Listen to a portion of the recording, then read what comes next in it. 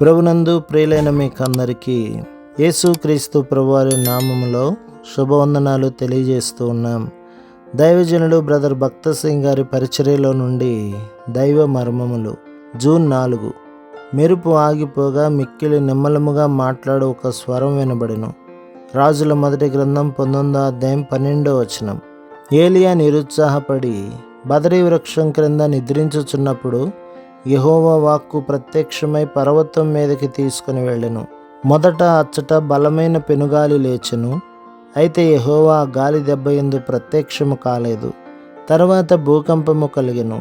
కానీ ఆ భూకంపమునందు యెహోవా ప్రత్యక్షం కాలేదు.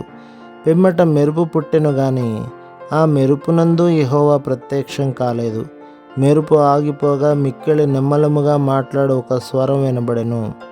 అప్పుడు దేవుడు ఏ విధముగా ఎక్కడ ఎప్పుడు యెజెబెలునకు తాను తీర్పు తీర్చనై ఉన్నాడో ఆ సంగతిని స్పష్టముగా తెలియచేసెను. జరగబో అనేక సంగతులను కూడా దేవుడు ఏలియాకు బయలుపరచెను. దేవుడు మాట్లాడునను మాట నిజము. ఆయన యందు మనం విశ్వాసము కలిగి ఉండిన ఎడల ఆయన మాట్లాడునని కూడా మనము నమ్మవలెను. దేవుడు ఒక ఊహా స్వరూపము కాదు, ఆయన ఒక వ్యక్తి. ఆయనను మనము తెలుసుకొనగలము, ఆయన స్వరమును వినగలము, ఆయనచే నడిపించబడగలము.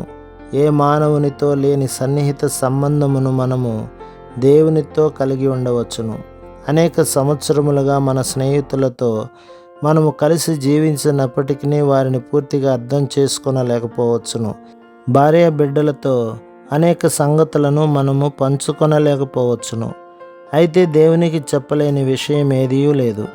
మనము ఏ స్థలమందైనను ఏ సమయములోనైనను ఆయన స్వరమును వినవచ్చును. ఆయన స్వరమును వినుటకు ఆయన మనకు నేర్పునుగాక.